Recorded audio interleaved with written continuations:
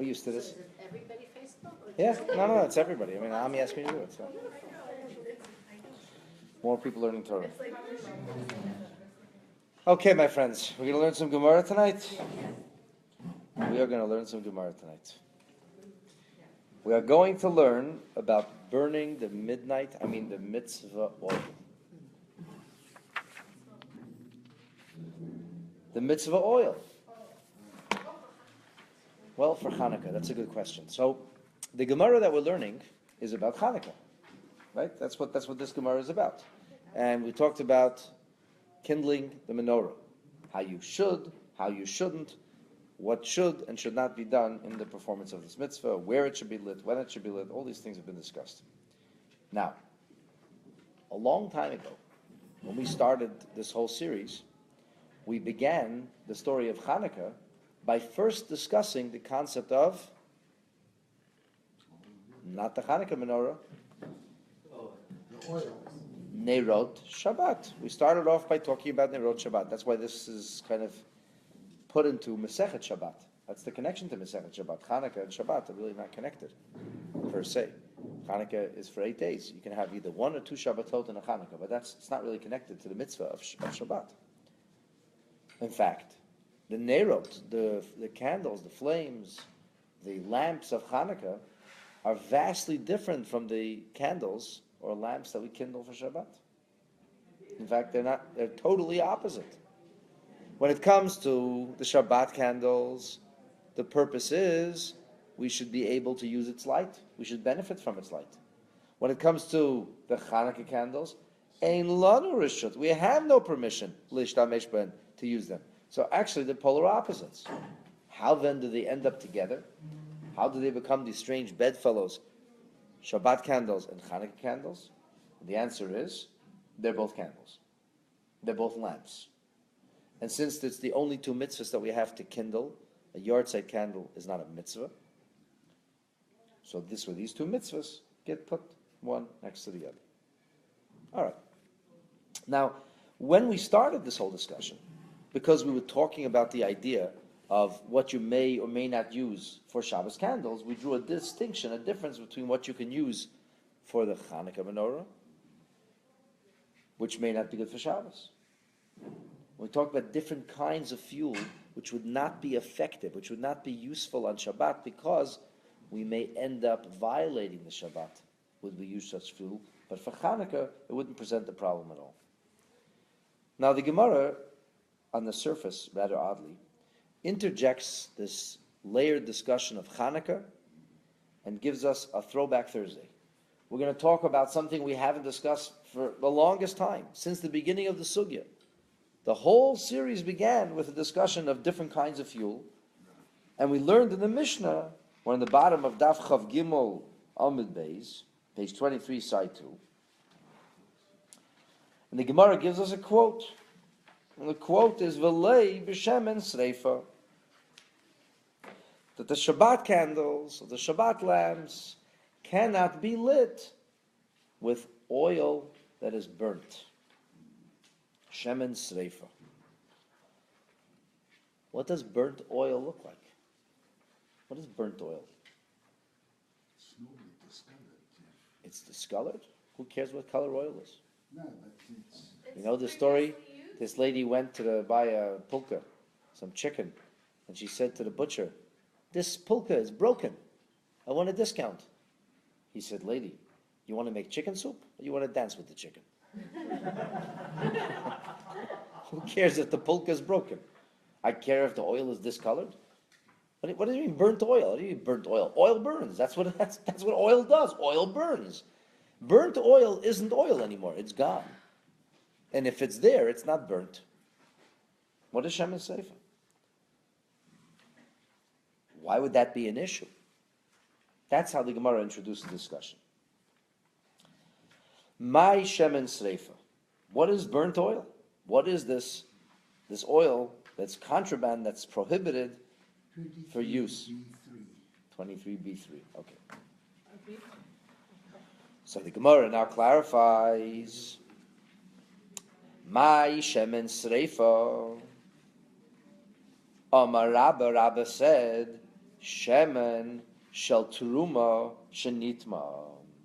Shemen sreifa is oil that's a byproduct of teruma that became ritually impure.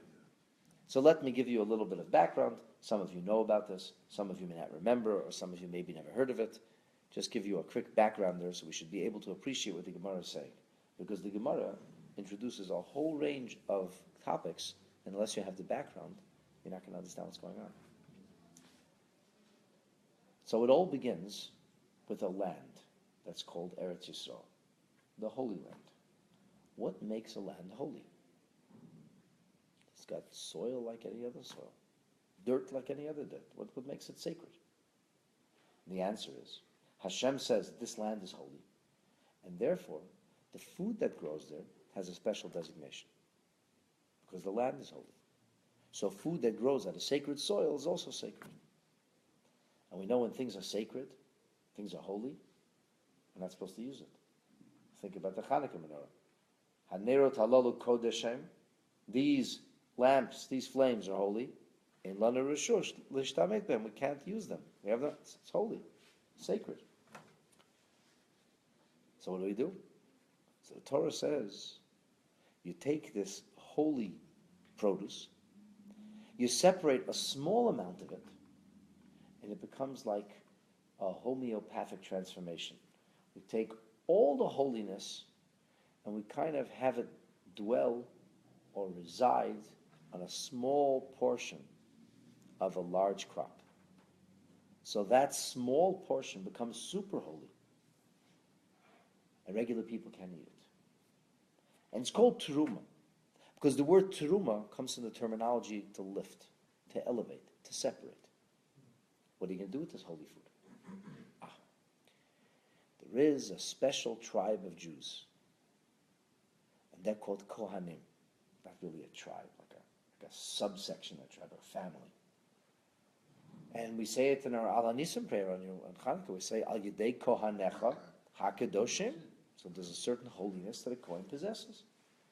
But this is not a holiness that comes from a lot of Torah learned, much effort expended on davening, many mitzvahs performed. This is a holiness that's innate. It's innate. You're born that way.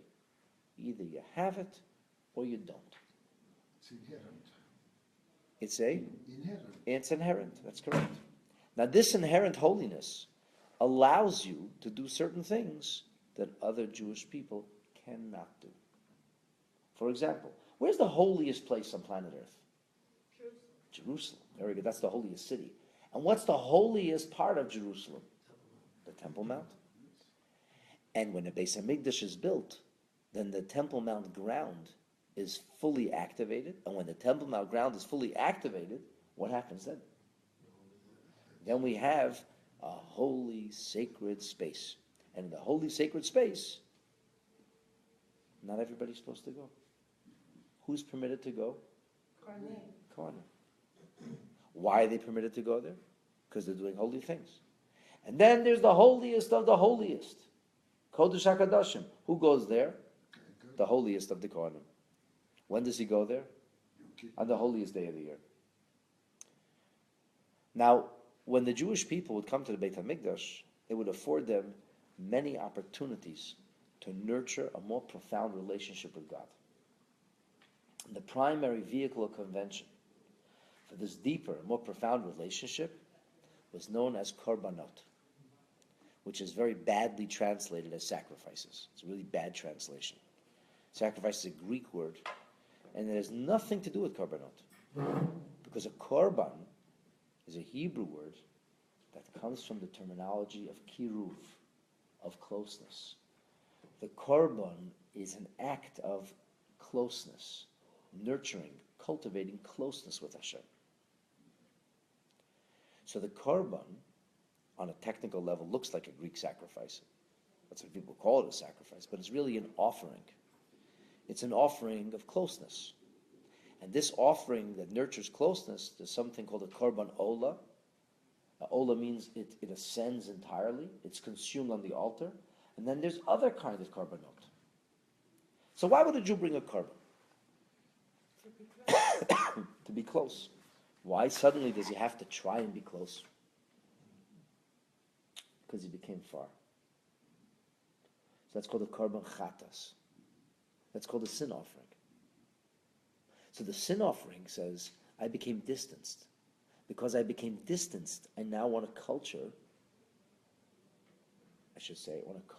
and nurture a closeness. I want to make up for what went wrong. So part of the korban chatas gets burnt on the mizbeach. And what happens to the rest of it? The kohanim consume it. As the Gemara says, kohanim ochlim ubalim mitkaprim. The kohanim eat, and the owners, the people who brought the offering, are atoned for, cleansed. Their relationship with God is repaired. So in other words, the kohanim are given a special holiness, and that special holiness enables them to consume holy things and accomplish something special because they eat the holy food. Here's an easy example. We, the Jewish people, are actually a holy people. We're called Hashem's holy nation. Because we're Hashem's holy nation, on a very holy night of the year, which is called Leil HaSeder, on that holy night of the year, we are given the opportunity to eat something which is called matzah. And when you eat matzah, your faith is nurtured. And you make a bracha, Asher Kiddishanu, which means, Asher Kiddishanu, he has hallowed us, made us holy, the mitzvotav, with his mitzvot, the tzivanu, and he gave us a commandment. When the Kohen eats special food that only the Kohen's allowed to eat, he also makes a bracha. What bracha does he make? Asher Kiddishanu, B'kedushato shel Aharon, the holiness of Aharon. First Kohen. He's the progenitor of the Kohen. So you make a bracha when your Kohen does the Kohanic blessings. What bracha does he make? Asher Kiddishanu, he hallowed us. B'kedushato shel Aharon.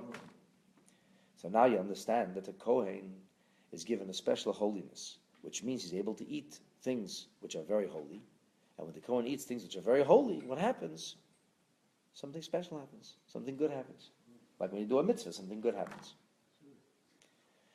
All right, now let's take it to the next step. So we talked about offerings. Now let's go from offerings, let's go out to the field. And you're going to see later there's a reason that I gave you this whole song and dance about offerings. This is a very, very important connection. They're not mutually exclusive, at least not necessarily. So this holy food is holy, the produce is holy, not because it was brought to the temple. The produce is holy because it was lifted from holy produce. So produce was lifted from holy produce and designated as the holy produce. So what happens to this special lifted food now? It's very holy. It's very holy. So if it's very holy, who's going to eat it? Kohanim. Little caveat. For the Kohanim to eat it, they have to be in a state of holiness. What could stop you from being in a state of holiness? When you're ritually impure. So if a Kohen's ritually impure, can he eat the truma? No. The truma? No. So when the Kohanim want to eat the truma, they have to make sure they go to the Mitzvah. Excellent. How does the first tractate of Talmud begin? With the mitzvah of reading the Shema. And when should you read the Shema? When the Kohanim are coming home from the mikveh. Because you have to have not only an immersion in a mikveh, but you also have to have what's called harav shemesh, that the heavens are cleansed of light pollution and they become transparent. You can see this thing. So now we know that the Kohanim have to be in a state of ritual purity. What happens if the Kohen is pure, but the truma itself became defiled? It's not good. What happens? Can you put food in the mikveh? That's correct. You cannot put food in the mikveh. What are you going to do with this holy food now? This holy food is ruined. This holy food cannot be consumed in holiness, and because it cannot be consumed in holiness, if somebody were to eat it, what would happen? Treif. Big sin. We got a problem. We have an issue here. We have food that was super holy, but unfortunately, it became defiled. Jerusalem, we have a problem. What's the answer? You have to get rid of it. What happens if you leave poison on the table? Just leave cyanide around. Maybe mix it in with the candies. Good idea? Very bad idea. Why? Because somebody might end up eating the cyanide. So what do we do with things which are dangerous? Burn it. We destroy it. We destroy it. You don't leave it around. So what happens to the truma that was supposed to be really super holy, eaten in a super holy way, accomplishing super holy things, and it's tamei? What are you going to do with it? Burn it. Excellent, burn it. So what's the name of this shemen? What do you call this oil which has to be burnt? What do we call it? No, shemen sleifa, burnt oil. It wasn't burnt yet, but it means it has to be burnt. Understand? The Gemara says, "Va'amai karula shemen sleifa." Why do you call it burnt oil? You left it on the barbecue. The Gemara answers, "No, I call it burnt oil, hoil, since ulasreifa omed. It's standing for burning. It doesn't mean standing. It's a euphemism. It means that's what it's slated for. So when people have something that's designated for a certain purpose, what is it called? Oftentimes, we refer to it in language that refers to its designated purpose. You understand? Something which could be designated to be used for a holy purpose, we would call it holy, even if it's not holy yet. But it's designated to be used for a holy purpose.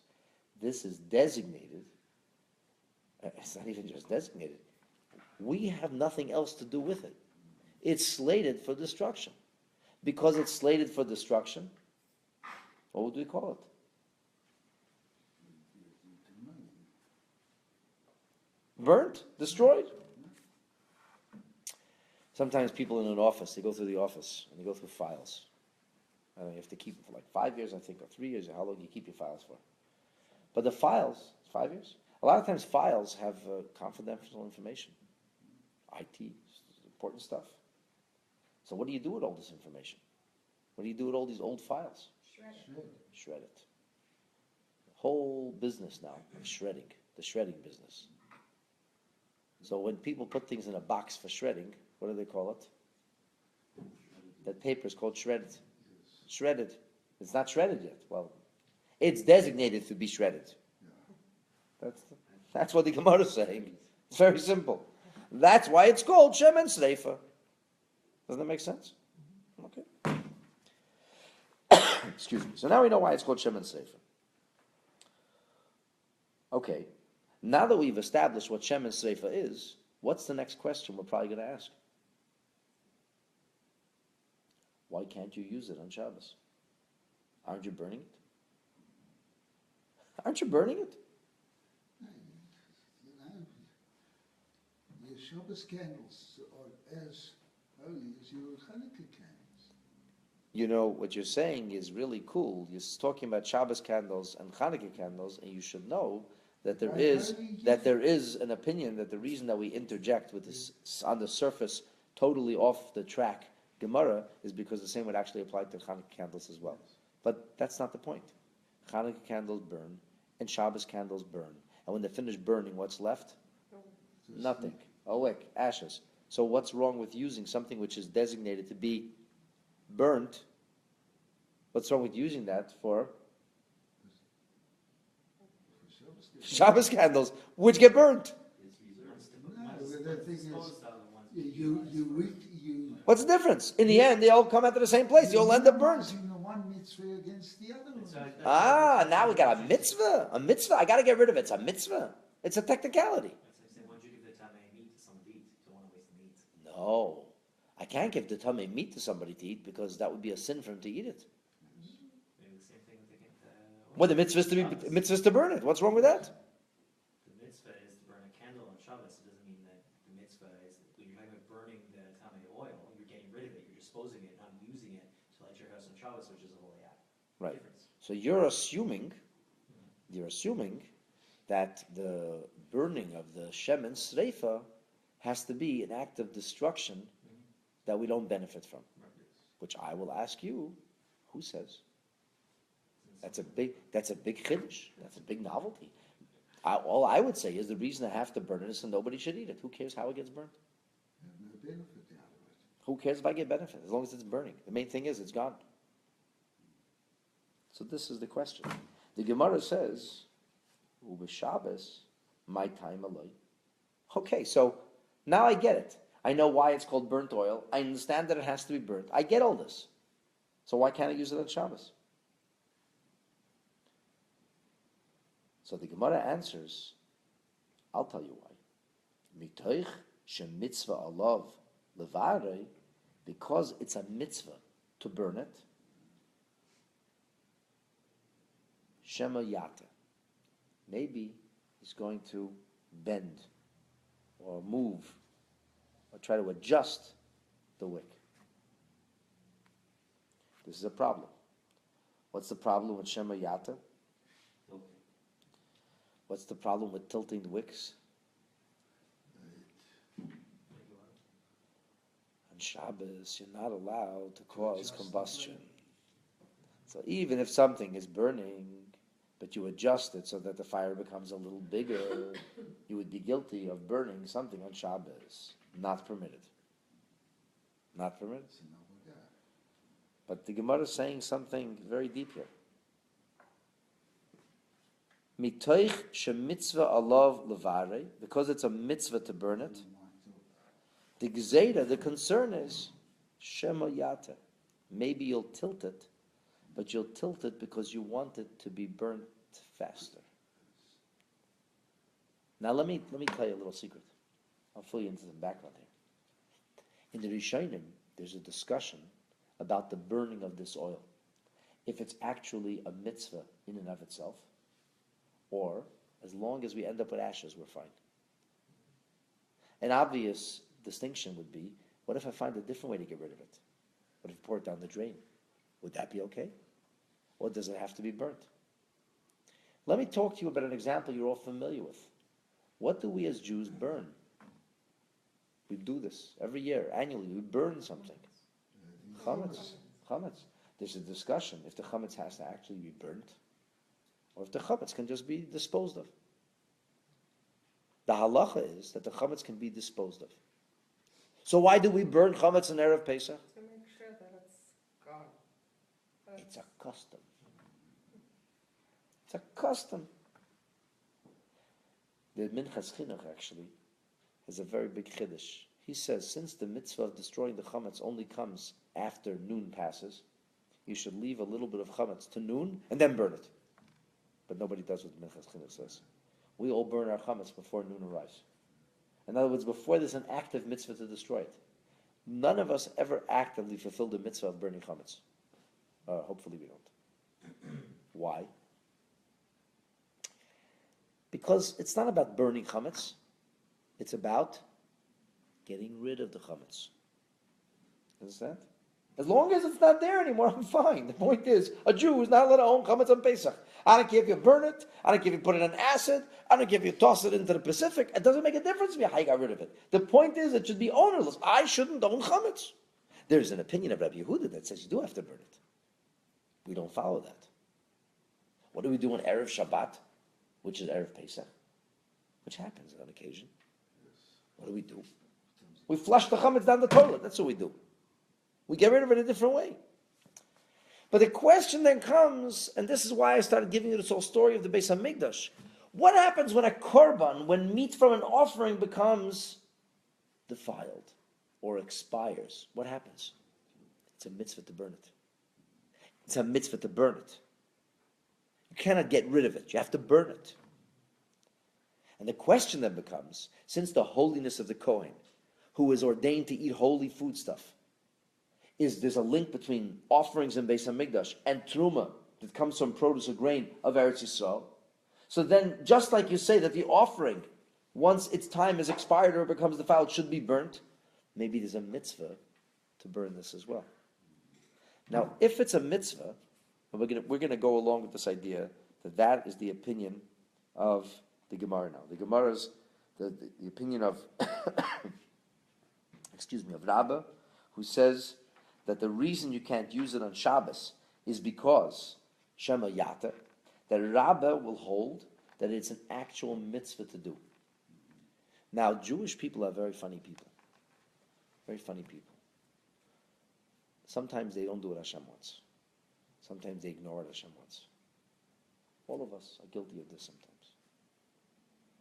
But when you find a Jew who gets passionate about something Jewish, don't get in his way. We get really crazy. We go to the nth degree. We go to extremes. That's who we are. That's just the way it's always been. I'm telling you. Don't even try to change it. Guy could be so frum, he's totally crazy. That's what happens all the time. When we get caught up in the holiness of a mitzvah, we just get totally consumed by it. And here's the problem. Sometimes people get so consumed with the perceived holiness that they actually violate the Torah in their zest and zeal to do the right thing. It happens. So here's a person, in his mind, he's like mitzvah oriented. He wants to burn the mitzvah oil. You guys got to burn that mitzvah oil, right? And he takes a look and he sees it's a little fire over there. It's not burning very well. But now he's into burning the mitzvah oil. He forgot that it was Shabbos, and he goes and he tilts it and tries to make the fire bigger because I got to do the mitzvah. So what are you doing? You can't do the mitzvah. Your mitzvah is coming with an Aveda. Mitzvah above Aveda is not a mitzvah. If the mitzvah comes through a sin, it's not a mitzvah at all. You know, like the guy who's so excited to wrap himself in a talus that he knocks out the person's eyes next to him with his tzitzis. All people do these crazy things because they get so caught up in the mitzvah that they forget to violate half the Torah on the way doing the mitzvah. This is, I don't know, human nature, Jewish human nature. With the Chachamim, have to be careful about nature because we're dealing with people, not malachim, not angels. And because you're dealing with people, people are people, and people do funny things. So we have to do everything possible to ensure that nobody makes any mistakes. This is called setting up fences. Because it's very hard to walk on a tightrope. It'll fall off eventually. You can't walk in this narrow line. And because of that, the sages said, don't use it on Shabbos. Because if you use that kind of oil on Shabbos, because it's a mitzvah for it to burn, somebody will forget at some point. Because they will forget, you know what's going to happen? They're going to make the fire a little bigger, and that violates Shabbos. There's a similar example to this, where we have a halacha that a person is not permitted to read a Torah scroll or book next to the flame on Friday night. Why? Shemayate, because maybe he won't read clearly. So he's looking in his Gemara, and he's so caught up looking in his Gemara, he's like, tilt the thing a little, you know. It's like today's day and age, you make the fire a little bigger. Once upon a time, you tilt the wick. You have make the fire a little bigger. So what are you doing? It's Shabbos. You're learning Gemara Shabbos, and you're busy tilting wicks. Oh, you forgot. Of course you forgot. This becomes second nature. So when a person gets passionate about a mitzvah, he forgets it at Shabbos. So we said, you know what? Don't use it then. Don't use it. The other oil is not a mitzvah for it to burn. We don't have to be concerned. My Zayda told me that when his father was sent into Siberia, eventually he was killed. So they had a little kerosene lamp or whatever it was. Yes. Very long winter nights. Long winter nights. What are you going to do? What do you do a whole night? So my grandfather, when he came to be with his father, he smuggled in a gemara ksubas in his underwear. A tiny gemara ksubas. And he and his father, until his father was killed, he was actually in prison when his father was killed, but when they were together, they would learn gemara a whole time. So they had one Jewish book, the gemara ksubas. My grandfather knew the whole gemara ksubas Baal Peh. Why? Because Torah Shalamad Ba'af, he learned that under the angst of Stalin. And he told me that he remembers his father learning on Friday night next to this little kerosene lamp, and he would take his hands and wrap them behind the chair, so he shouldn't chas v'shalom. No temptation. Shouldn't have temptation. So he's not going to learn. Not going to learn. Kafti. It was wasted time. And he would stand together with my grandfather, look at the limb, and he would hold his hands like this. He was very Litvisher, very from a Litvak. He would hold like this, holding his hands tight. They shouldn't mindlessly, because and somebody gets caught up in learning. It's like it's mindless. You don't realize what you're doing. You understand? That's why I can't use it on Shabbos. Doesn't that make sense? Makes sense. So what's going to happen now? The Gemara makes so much sense. What's going to happen now? Somebody's going to ask you questions. Can't just leave it, right? So, makes too much sense. Let's take a look at Rashi, by the way, before we go further. Rashi says, "Ulasreifa imid," it's ready for being burnt. So Rashi says, "She'asur ba'achila," you're not allowed to eat it. So what are you going to do with it? You got to get rid of it.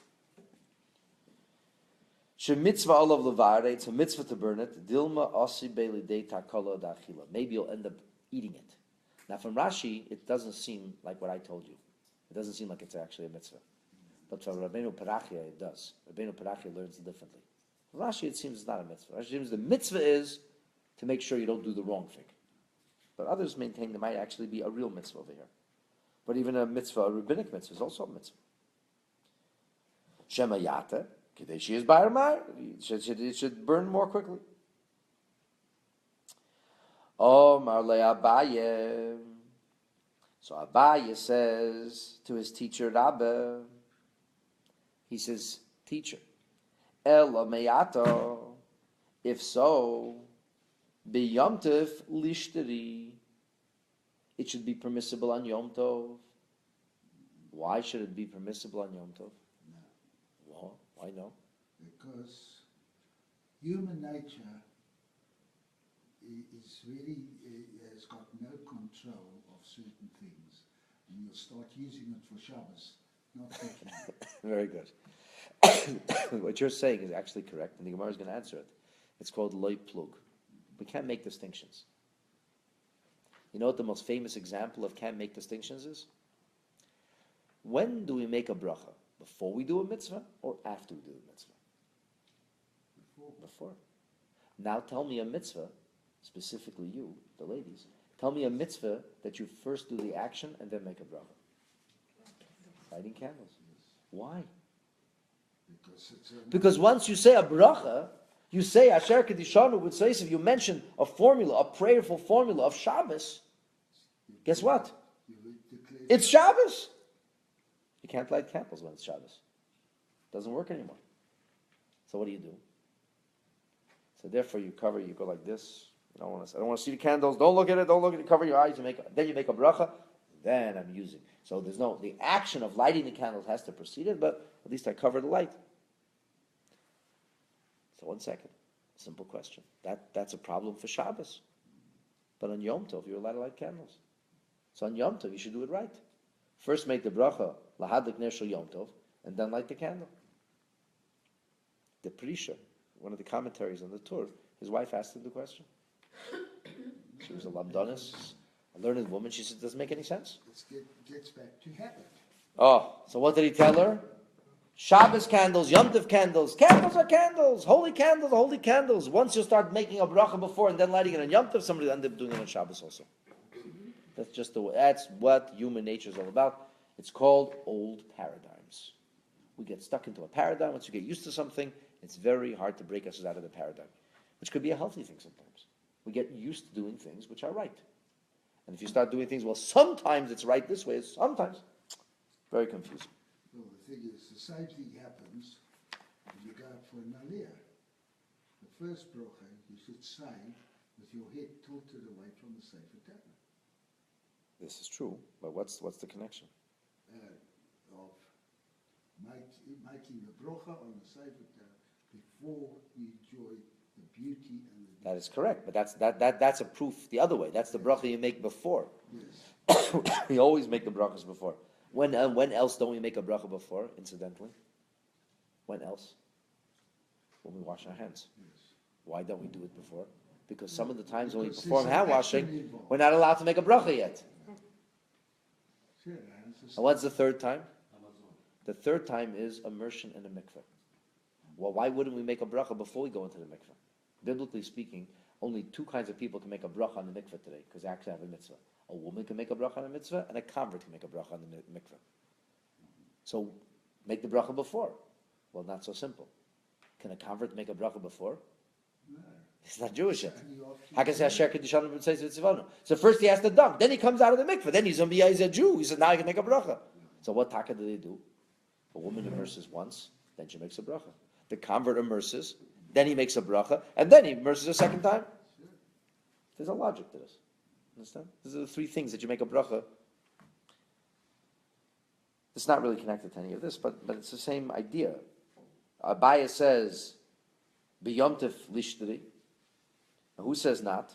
He says, "What do you mean? Halama tanan. Why do we learn in the Mishnah? Ein madlikim b'shemen sreifa b'yomtiv. You don't light shemen sreifa on yomtiv." So the Gemara answers, you know why? It's very simple. Gezerah yomtiv atu Shabbos. Once you do it on yomtiv, you end up doing it on Shabbos. So you have a gezerah. The gezerah is keep it uniform, keep it clean. That's all. Rashi says, "B'yom tov the lekal lemechash lahatoya."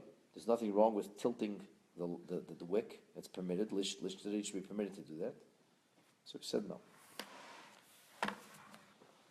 Oh, Marav Chizda. So at this point, everything is fine and dandy. We answered all the questions. Everything makes sense. We know what Shemen Sreifa is. We know why you can't use it on Shabbos. And we even know why you can't use it on Yom Tov.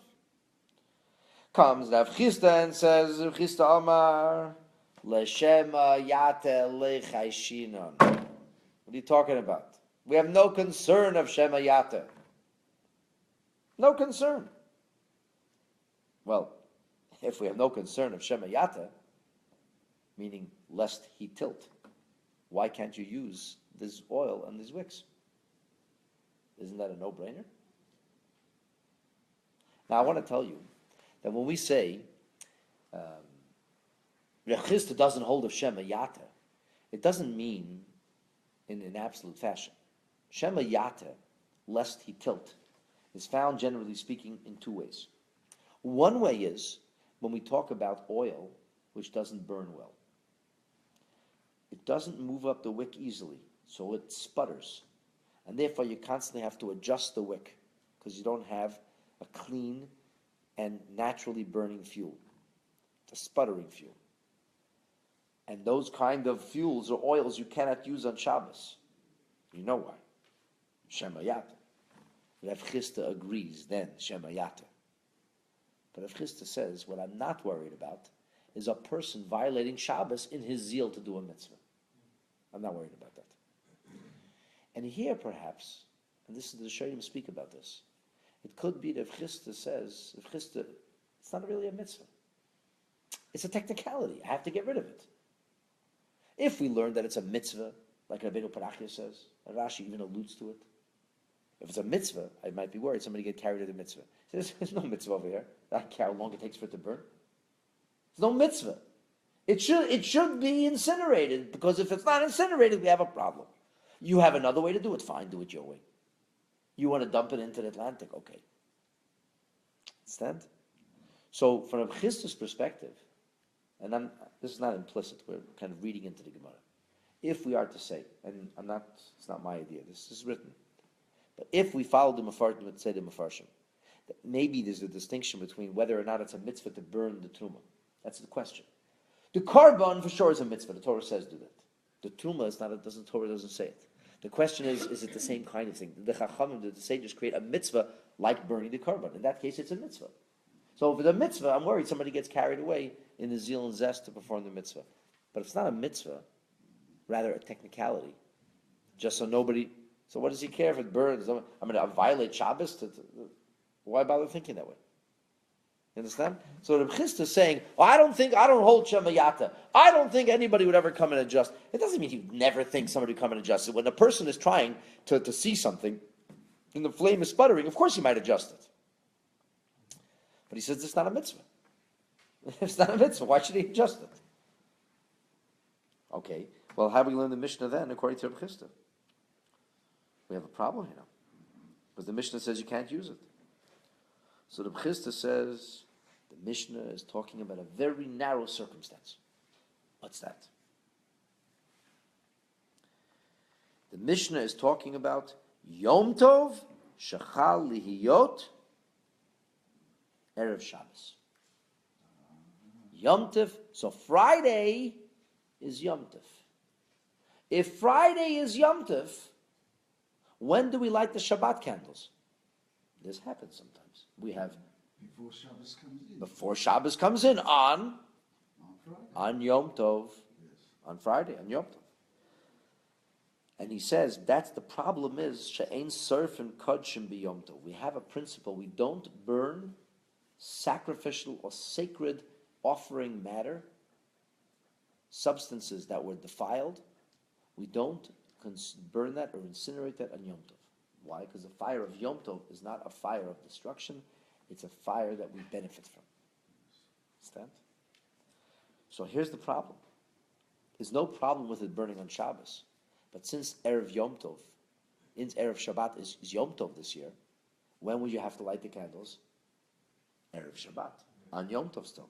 And on Yom Tov, you're performing an act of burning or incineration, which is not permitted on Yom Tov.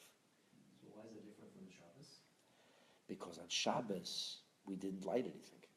No, I'm saying. On Shabbos, it burns by itself. It's burned by itself. On Yom, the problem is kindling. The problem is not that it would burn. That's famous halacha of Shabbos. If I could start something going, and then it continues to go, there's no issue. I'm allowed to cook on Shabbos, but if I put my pot on the fire before Shabbos, That makes sense. no problem. Shalom. Cook away, man. But maybe somebody's going to adjust the thing. Okay, we have a blech. You have to cover the fire. So this is a totally different perspective. In their first perspective, on Shabbos, we said it should be prohibited. On Yom Tov, it should be mutter. From Christus' perspective, it's exactly the opposite. On Yom Tov is a problem. Shabbos should not be a problem. So Gemara says, "V'hamida katani seifa." But since we learned in the end of the Mishnah, "Ein madlikim b'shem and seifa b'yom tov," you're not allowed to light the shem and seifa on Yom Tov. Miklal derei shalav b'yom tov askinon. You have two cases in the Mishnah. The Mishnah always goes like case halacha, case halacha. You gave us a case, not specifying, telling us when it is. The second case is Yom Tov. If the second case is Yom Tov, what's the first case? Not Yom Tov. If it's not Yom Tov, what's Rabbi Chisda talking about? Rabbi Chisda said the first case is talking about an Erev Shabbat that is Yom Tov. Omer Rabbi Chanina. Rabbi Chanina says, no. Mesura. This is like a continuation. Ma tam ka'omar. What's the reason that we said this? Like the Mishnah explaining itself. What's the reason that we said that on Erev Shabbos you shouldn't light Shabbos candles with Shem and Seifa when it's Yom Tov? What's the reason? The reason is Madlikim Shem and Seifa b'Yom Tov. Why? Why lefi she'ein Sefer and Kachim b'Yom Tov? So you said that the second case is Yom Tov. How could the first case be Yom Tov? So Reb Chisda, the second case is explaining the rationale behind the first case. It's not a second case. It's a rationalization. It's an explanation. Final Rashi on Daf Chav Gimel. V'hu tzarich lahadlika mi'ba'oi Jeremy. It has to be lit on Erev Shabbos before the Shabbat arrives. Nimtza Seif Kachim b'Yom Tov comes out. He's incinerating. He's kindling Kachim. This holy matters on Yom Tov. The Gemara says, well, the Kaman B'Pirkin, later on in our chapter, Yalfina Mikroi, Dein Sefer, we're going to see how we prove from an actual pasuk in the Torah that you don't burn Kodshim on Yom Tov. We'll see why. We'll talk about that later. The Gemara now says, you know what? Rav Chisda is right. He's right. Tanya Kavasei Rav Chisda. We learned in a Braisa something very similar to the teaching of Rav Chisda. Now, if we find a brisa that seems to speak along the lines of what Rav Chisda interpreted in Mishnah, that becomes very compelling proof. Remember, Mishnah and brisa are of the same genre. They come from the same time. The Amoraim, the rabbis of the Gemara, are discussing what the rabbis in the Mishnah, the Tanaim, what they meant. Now, what happens if we find a Tanaic source that seems to indicate the very same logic that Rav Chisda wants to read into the Mishnah? Well, that's very compelling proof that this Mishnah must be saying that. That's what the Gemara tries to do now. Tanya Kavasei Rav Chisda. Kol elu shomrei madlikim b'Shabbos. All these situations, these kinds of fuel that we said you're not allowed to use them on Shabbos. Madlikim b'hem b'Yom Tov. You can use it on Yom Tov. Why? Why couldn't you use it on Shabbos? Shema yata, lest you tilt. You're going to increase the fire. On Shabbos, you're not allowed to do that. But on Yom Tov, that's fine. On Yom Tov, you could take a fire and light another candle. So he says all the things that we're told you're not allowed to use on Shabbos, all those different fuels that sputter and don't burn in a clean fashion, which would maybe put us in a situation where we would mindlessly or thoughtlessly tilt or fix or adjust the wick. On Yom Tov, there's no issue over here. Chutz. That's one exception. What's the exception? Chutz mishem and seifa. With the exception of the oil that has to be burnt. Why? Says the Braisa. This is not rabbis in the Gemara, and this is not the Amoraim. This is the Tanoim speaking. Says the Braisa, Lefisha ain't surfing kodshim be Yom Tov, because you're not allowed to burn kodshim on Yom Tov. Understand? So once we establish something like that, now we see a very clear and compelling proof that the notion that you're not allowed to burn it on Yom Tov is different. And this, I told you this before, that when Rav Chisda says he doesn't hold of Shemayata, he doesn't think Shemayata is an issue. When does he not think Shemayata is an issue? He doesn't think Shemayata is an issue when it's talking about a mitzvah, because he doesn't even say it's not even a mitzvah, he says. When would we have an issue? We'd have an issue if it would be something which physically doesn't burn well. Then I have a real concern. Then I have a worry.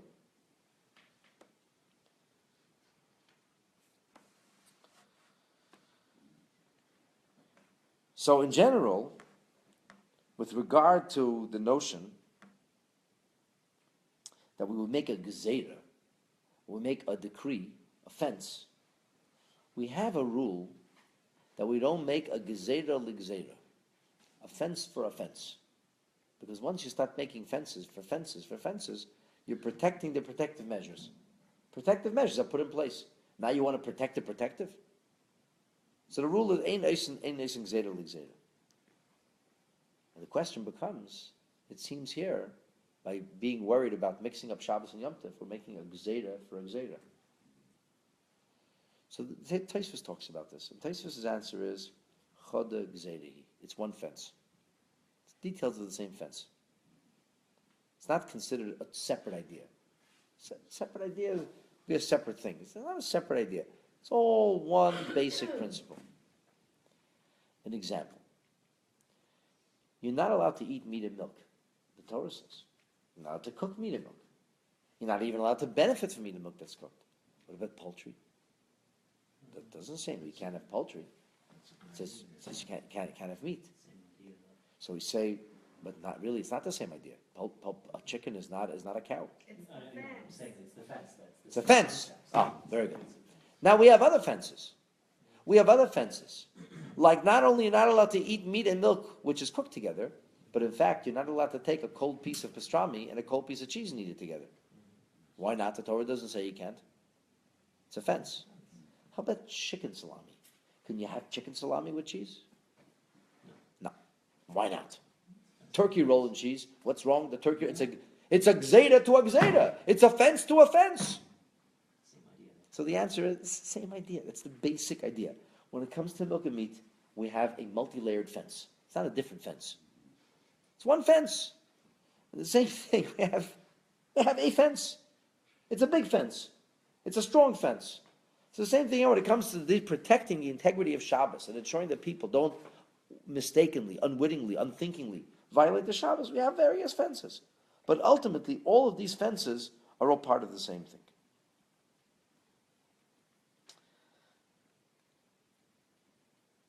Now, another interesting thing is the fact that this Gemara, curiously, gets interjected. The very next piece of Gemara goes back to Chanukah.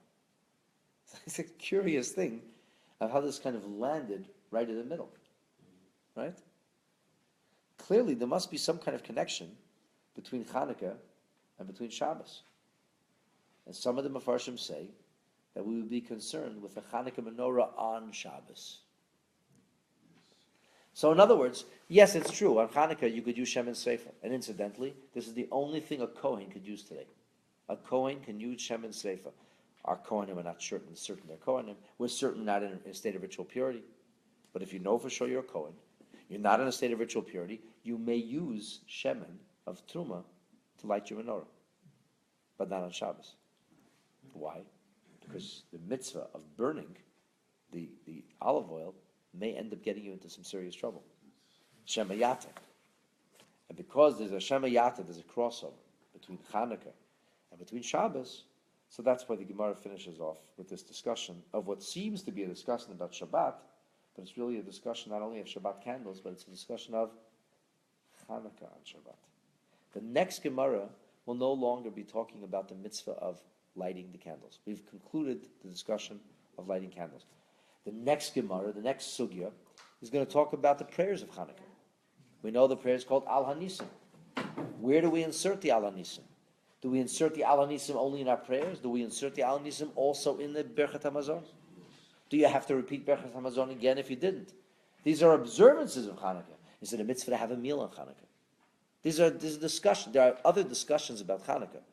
But at this point, we conclude our discussion. The Gemara concludes its discussion for all practical purposes of the actual kindling.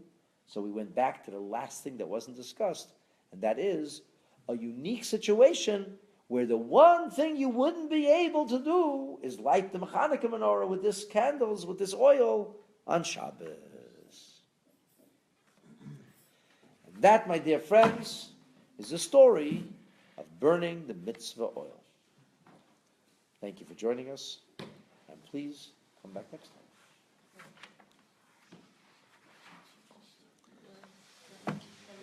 Kalev, now you have to hit the live button. No, right here, this one. I'm gonna go around. It's your job. But this is a new thing. We just did it for the guys who are in Florida. They wanted to watch the class, so.